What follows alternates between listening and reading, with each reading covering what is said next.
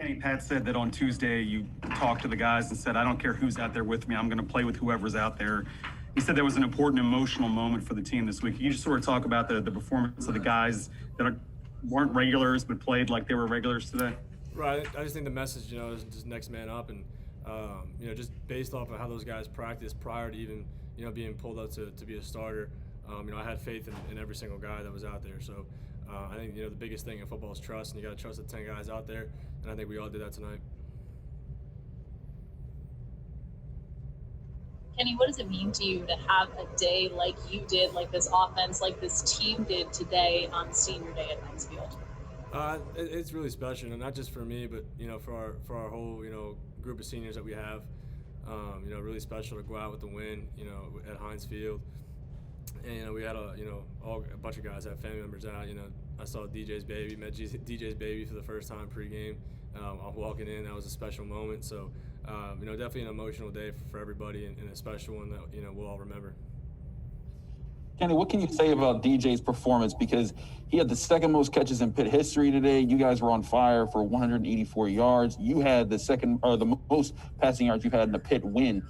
You Pitt seniors seem to really show out today. Yeah, DJ stepped up big for us. He's a guy that's been reliable since he's gotten here, and I'm impressed more and more with how much he's learned in a short amount of time. Going back to the first game of the season in that Austin Peay game, he learned so much in a really short amount of time with the short camp period that he had when he transferred in.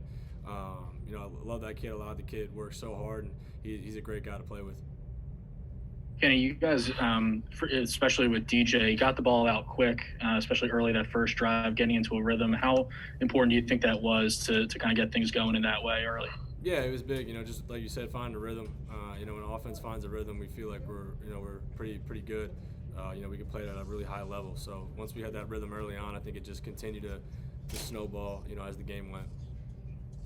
Kenny, how's your arm feel after cranking it up 52 times? Fresh. I can go throw it 52 more if I needed to. I'm good.